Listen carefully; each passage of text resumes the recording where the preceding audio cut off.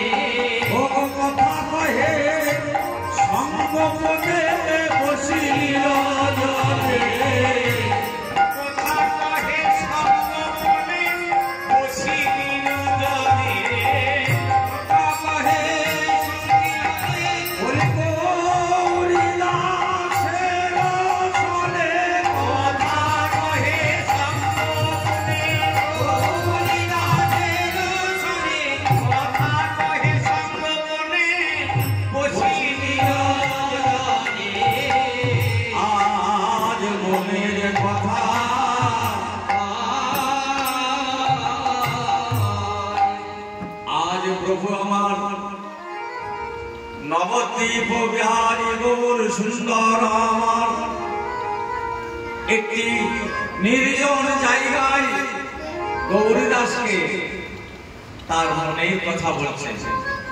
গৌরীদাসের সঙ্গে নির্জন জায়গায় মহাপ্রভু একটি মনের কথা বলছেন। জায়গা যদি নির্জন না হয়, ভজন সাধনী বলুন, যে কোনো জিনিসই বলুন, পড়াশোনায় বলুন, যে কোনো ভজন সাধনী বলুন, জায়গা যদি নির্জন না হয় তাহলে কিন্তু এই ধরনের ভজন সাধন, এই ধরনের কোনো জিনিস হয় না। নির্জন জায়গা পেয়ে গৌরীদাসকে মনের কথা বলছেন। কোথায় শান্তি, কোথায় নির্জন জায়গা? নবদ্বীপে বলি না, এটি শ্রীধাম নীলাচলে। মহাপ্রভু সন্ন্যাস নেওয়ার পর প্রথম 2 বছর নীলাচলে ছিলেন না। প্রথম 2 বছর রথযাত্রা তিনি দেখেননি। সন্ন্যাস নেওয়ার পর প্রথম 2 বছর রথযাত্রা তার দেখা হয়নি। তীর্থ পর্যটনে, নীলাচল থেকে তীর্থ পর্যটনে গিয়েছিলেন রথযাত্রার আগে। কিন্তু পরবর্তীকালে যে সমস্ত রথযাত্রার সময় মহাপ্রভু থাকতেন ছিলেন, এই রথযাত্রাকে উপলক্ষ করে আমাদের গৌর বাংলা থেকে গৌরের অনেক ভক্ত গিয়ে সেখানে 4 মাস থাকতেন। একে চাতুর্মাস্য ব্রত বলা হয়। শিবানন্দ সেন আদি অনেক গৌর ভক্ত এই বাংলা থেকে গিয়ে মহাপ্রভুকে দর্শন করতে যেতেন। জগন্নাথ দেবকে দর্শন করার ছাড়া করে মহাপ্রভুকে দর্শন হতো।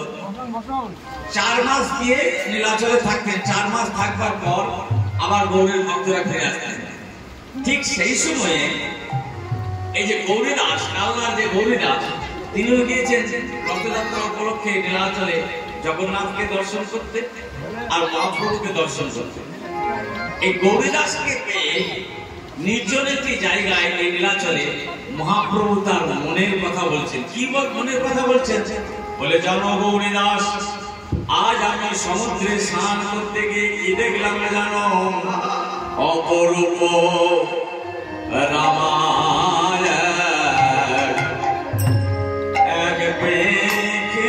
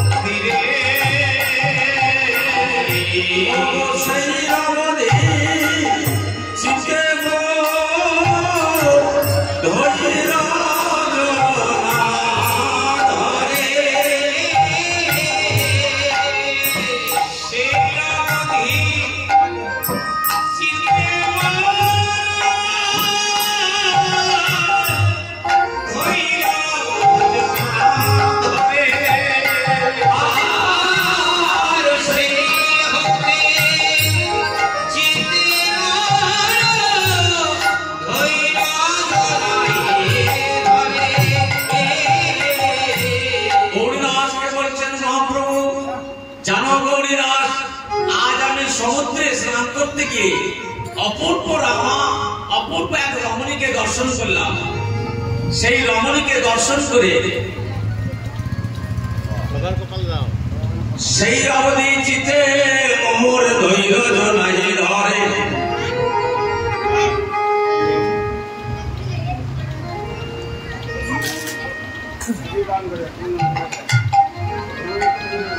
মহাপ্রভু সমুদ্রে স্নান করতে গিয়ে কোন এক রমণীকে দর্শন করেছিলেন।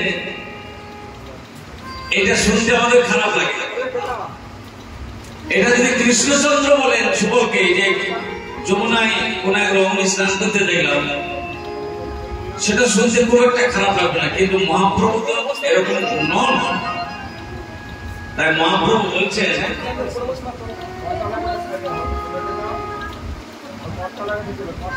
যে সমুদ্রে এক রমণীকে দর্শন করলাম স্নান করতে গিয়ে। মহাপ্রভু কাকে দর্শন করেছেন?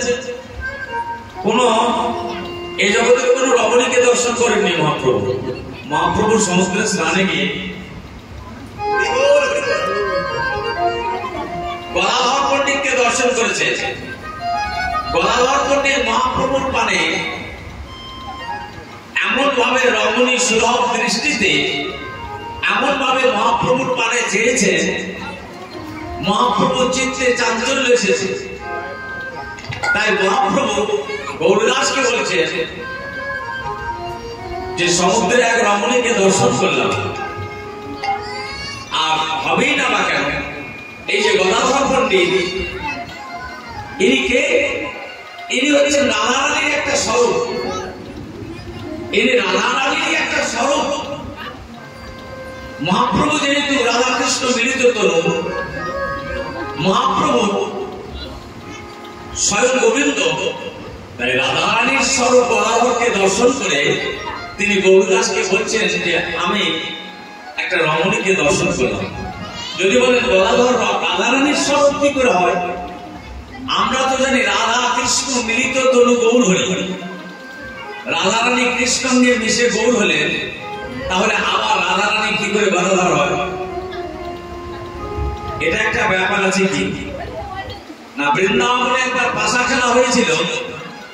সেই পাশা খেলায় কম ছিল কি, এই চালটাতে যে হারবে তাকে, যে জিতবে তাকে আলিঙ্গন দিতে হবে। এইবার হলো কি, সেই পাশা খেলার সেই চালটাতে রাধার একবার রাধারানী হারছেন, একবার জিতছেন, একবার গোবিন্দ হারছেন, একবার গোবিন্দ জিতছেন। রাধারানী একবার হেরে গেলেন। রাধারানী যখন হেরে গেলেন, তখন পূর্বের প্রতিশ্রুতি অনুযায়ী পূর্বের কথা মতো রাধারানী কৃষ্ণকে আলিঙ্গন দিতে লাগলেন। কৃষ্ণকে আলিঙ্গন দিলেন। যেহেতু রাধারানী কৃষ্ণ প্রেমেরই এক ঘনীভূত বিগ্রহ, সেইহেতু কৃষ্ণকে যে আলিঙ্গন দিয়েছেন, রাধারানীর দেহটা বিগলিত হতে শুরু করেছে। কৃষ্ণকে যে আলিঙ্গন দিয়েছে, রাধারানীর দেহটা গলতে শুরু করেছে। রাধারানীর দেহটা বিগলিত হতে শুরু করেছে। রাধারানীর দেহটা বিগলিত হয়ে কৃষ্ণ অঙ্গে মিশে যাচ্ছে। কৃষ্ণ অঙ্গে যেই মিশে যাচ্ছে, এমন সময় বিশাখা রাধারানী গায়ে হাত দিয়েছে। রাই, তুই যদি কৃষ্ণ অঙ্গে মিশে যাস, তাহলে আমরা কৃষ্ণ সেবা শিখবো কার কাছে? আর কৃষ্ণ সেবাই বা করবে কে? ভক্তের উদ্দেশ্য নয়, ভক্তের কাম্য নয় কৃষ্ণ অঙ্গে বিলীন হয়ে যাওয়া। সাযুজ্য মুক্তি যাকে বলা হয়, কৃষ্ণ অঙ্গে বিলীন হয়ে যাওয়াকে বলা হয় সাযুজ্য মুক্তি। এই সাযুজ্য মুক্তি কিন্তু ভক্ত চায় না। ভক্তের যদি একবার মোক্ষ হয়ে যায়, তাহলে তার কৃষ্ণ ভক্তি পাওয়ার সম্ভাবনা চিরতরে বিলুপ্ত হয়ে যায়। মোক্ষ দেয়, মোক্ষ ভক্তের কাছে নিন্দনীয়। মোক্ষ চাই না। তাই বিশাখা রাধারানীর গাত্র স্পর্শ করে বলছে, রায়, তুই যদি কৃষ্ণ অঙ্গে মিশে যাস,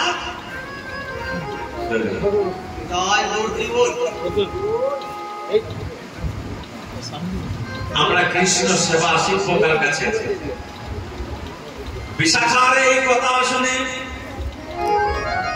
রাধারানী সম্বিত ফিরে পেলেন। যতটুকু অংশ রাধারানী বিগলিত হয়ে কৃষ্ণকে মিশলেন, ততটুকু সেই অংশ রাধারানী মিশলেন কৃষ্ণকে, সেই অংশ রাধা কৃষ্ণ মিলিত হল গৌর হরি হরি। আর যে অংশটা মিশল না, সেই অংশটা আপনার বলা হয়। বিশাখা যখন হাত দিয়ে, বিশাখা যখন রাধারানীর গায়ে হাত দিয়েছে, তুই কৃষ্ণকে মিশে যাচ্ছিস। রাধারানী সম্বিত ফিরে পেয়েছে, বললো বিশাখা আমি তো কেমন গোবিন্দ অঙ্গে মিশে যাচ্ছিলাম, তুই আমার সঙ্গে গোবিন্দের মিলন তুই দেখতে না লিখবি। আমি গোবিন্দ অঙ্গে মিশে যাচ্ছিলাম, গোবিন্দের সঙ্গে আমার মিলন তুই দেখতে পারলি না, আমার সঙ্গীত ফিরে দে, আমি তোকে অভিশাপ করব। বিশাখা মাথা নিচু করে দাঁড়ালো, বলে কি অভিশাপ দিবি? বলে আমি তোকে অভিশাপ দিলাম, পরবর্তীকালে তুই যেমন আমার সঙ্গে গোবিন্দের মিলন দেখতে পারলি না, পরবর্তী যুগে আমার গোবিন্দের সঙ্গে তোর মিলন হবে না। তুই এমন একটা জায়গায় জন্মাবি, আমার গোবিন্দ এমন একটা জায়গায় থাকবে, তোর সঙ্গে আমার গোবিন্দের মিলন হবে না। অভিশাপটা দিলাম কেন? আমার সঙ্গে আমার গোবিন্দের মিলন তুই দেখতে পারলি না। বিশাখা রাধারানীকে বললেন, রাধারানী এত বড় অভিশাপ তুই আমার দিস না, তোর অভিশাপ ফিরিয়ে দে। রাধারানী বললেন, বিশাখা আমার অভিশাপ তো ফেরাবার না, আমি যখন অভিশাপ দিয়েছি তোর সঙ্গে আমার গোবিন্দের মিলন হবে না, তুই আমার গোবিন্দের কাছে মিলনের জন্য যেতে পারবি না, কোনদিন গোবিন্দের কাছে যেতে পারবি না। এই অভিশাপ ব্যর্থ হবে না, এই অভিশাপ ফেরাবার নয়, তবে তোকে একটা আশীর্বাদ করতে পারবো। বলে কি? বলে তুই আমার গোবিন্দের কাছে যেতে পারবি না বটে, কিন্তু আমি আশীর্বাদ করলাম আমার গোবিন্দই যাবে তোর কাছে। তাই গৌর হরি বল। তাই কলিকালে বিশাখা রামানন্দ হয়ে জন্মগ্রহণ করলেন। জন্মগ্রহণ করে দক্ষিণ দেশের এক প্রান্তে থাকলেন গোদাবরীর তীরে, আর গোবিন্দ আবির্ভূত হলেন শ্রীধাম নবদ্বীপে। বিশাখা কোনদিনই গোবিন্দের কাছে যেতে পারতেন না। রামানন্দ রায় আমার গোবিন্দই গিয়েছিলেন বিশাখার কাছে, রামানন্দ রায়ের কাছে। এইটাই তো ভজন, আবার কি? এইটাই তো ভজনের বিষয়।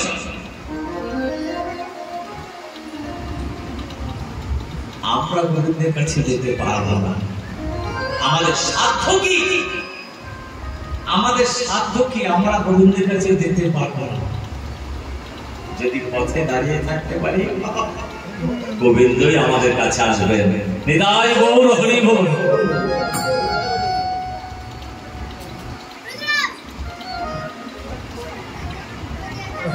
তুমি গোবিন্দকে ডাকবে কি? তোমার ডাকবার সামর্থ্য কোথায়? কামিনী কাঞ্চনে আসক্ত,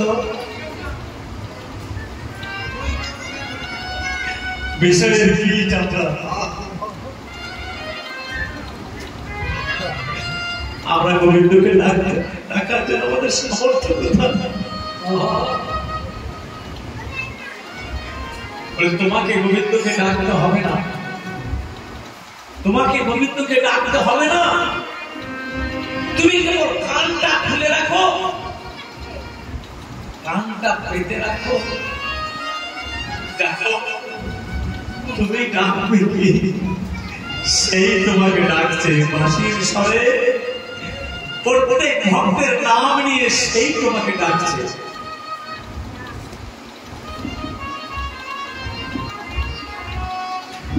আমার রবীন্দ্রনাথ ঠাকুর বললেন একটা জায়গায়,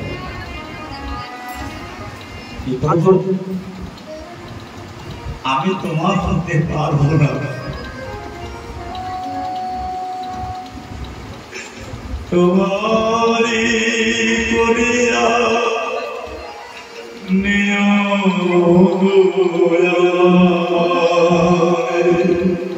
আমি তোমার হতে পারবো না প্রভু, তুমি আমাকে তোমার করে দিও প্রভু। বরণের মালা পরায়ে আমি তোমার হতে পারবো না,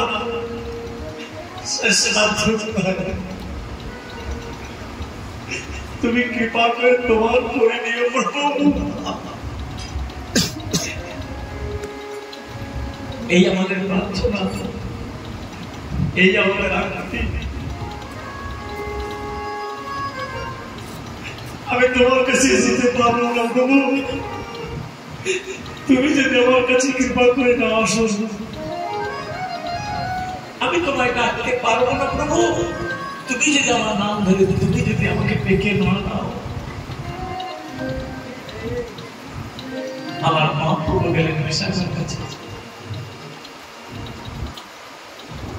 সেই যে অংশ মিশলেন না, সেই রাধারানী হলেন গদাধর, আর সেই গদাধর গিয়েছেন নীলাচলে সমুদ্রে স্নান করতে, মহাপ্রভু তাকে দর্শন করছেন। গদাধর রাধারানী গৌরীদাসকে মনের কথাটা বলছেন যে আমি অভ্যন্ত এক রমণীকে দর্শন করলাম, হেন কালে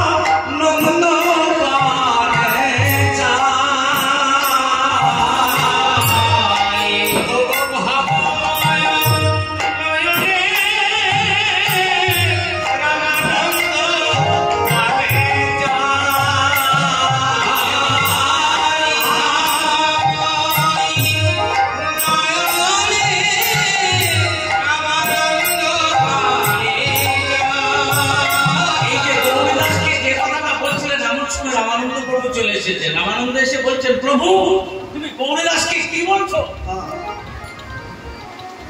ভাব বলছে কেন কেন প্রভু মহাপ্রভু চমক উঠেছে কি রামানন্দ রায় তুমি বলে কেন? আমি গৌরীদাস আমার দেশের লোক, গৌরীদাস আমার দেশের গ্রামের লোক, আমি গৌরীদাসকে আমার মনের কথা বলছি, দেশের খবর জানছি, এইসব কথা জানছি, আমি কি বলছি? ভাবে বুঝি রামানন্দ কহে বন্ধ বন্ধ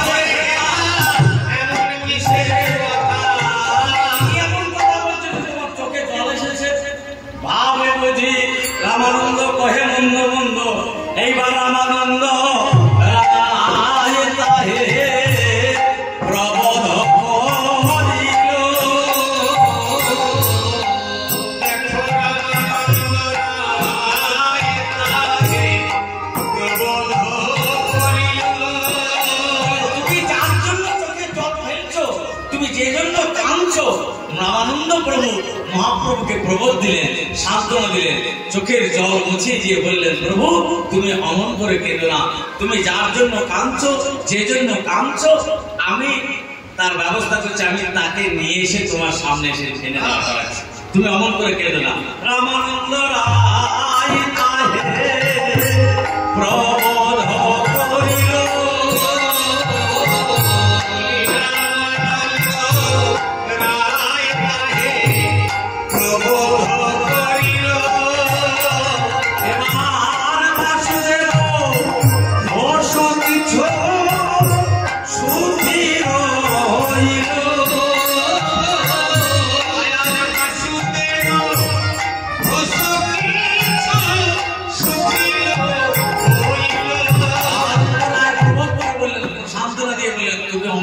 কেন না, তুমি যার জন্য কাঁদছো তাকে এনে তার সাথে তোমার মিলন করিয়ে দিচ্ছি।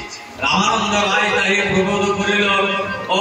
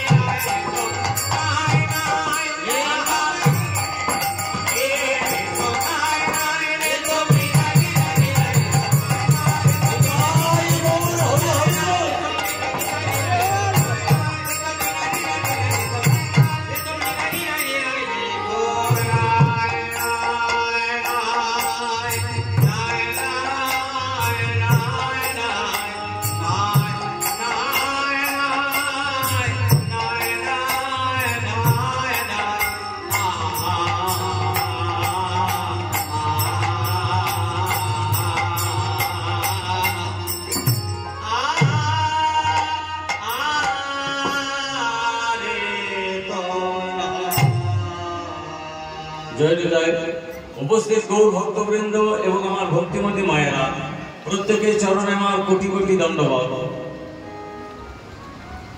সবাই আমার দণ্ডবত নেবেন, বিনিময়ে আমাকে একটু আশীর্বাদ করবেন। আজকে আমাদের লীলা প্রসঙ্গ, যে লীলাটি আমরা আস্বাদন করব, আমাকে কর্তৃপক্ষ অনুরোধ করেছেন, যেহেতু এটা অন্নপ্রাশন উপলক্ষে একটা গানটা হচ্ছে, ওনারা আমাকে অনুরোধ করেছেন যে রাধারানীর জন্মলীলাটা শুনতাম। কিন্তু রাধারানীর জন্ম আমাদের এখন গানের সিজন চলছে, তো কথাটা নিজের দুর্বলতাটা সবার সামনে প্রকাশ করতে আমার লজ্জা কিছু নেই। আমি গানের চেষ্টা করলাম, কিন্তু সময় পেলাম না। রাধারানীর জন্মলীলাটা যে দেখবার সময় পেলাম। সেই জন্য আমি ওনাদের অনুরোধে আমি রাধারানীর জন্মলীলা সংক্ষিপ্ত একটা পদ আমি আস্বাদন করবো, করে রাধারানীর জন্ম এবং কিভাবে রাধারানীর প্রথম তার প্রাণ গোবিন্দের সঙ্গে মিলন হচ্ছে, কিভাবে তিনি জন্ম নিলেন, জন্মোৎসব উপরে পালিত হচ্ছে, আর রাধারানীর সঙ্গে প্রথম কিভাবে গোবিন্দের মিলন হয়েছিল, সেই লীলাটা সাক্ষাৎ মিলন। প্রথম রাধারানী গোবিন্দের সঙ্গে যখন মিলন হলেন, তখন কিভাবে মিলন, এটা আমরা আস্বাদন করবো আমাদের লীলার বিষয় বুঝতে।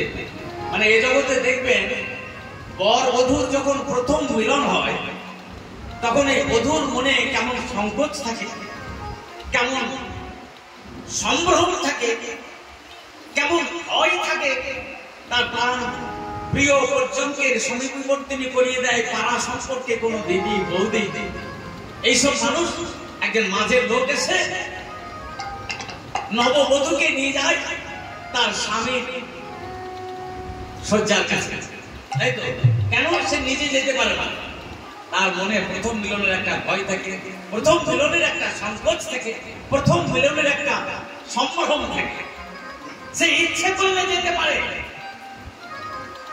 নববধূ ইচ্ছে করলে তার স্বামীর পর্যঙ্কের কাছে, স্বামীর শয্যার কাছে ইচ্ছে করলে যেতে পারে। সে সামর্থ্য তার আছে, সে শক্তি তার আছে, কিন্তু সে যদি নিজেই চলে যায়, তাহলে রস পুষ্টি হয় না। হৃদয় গৌর হরি বল। মাঝের একটা লোকের দরকার হয় রস পুষ্টির জন্য। সেই লীলাকে আমরা আস্বাদন করব। তার আগে রাধারানীর জন্মলীলা, যেহেতু এখানে অন্নপ্রাশন উপলক্ষে লীলা, জন্মলীলাটা একটু আস্বাদন করে আমরা ওই লীলাতে যাব। তার আগে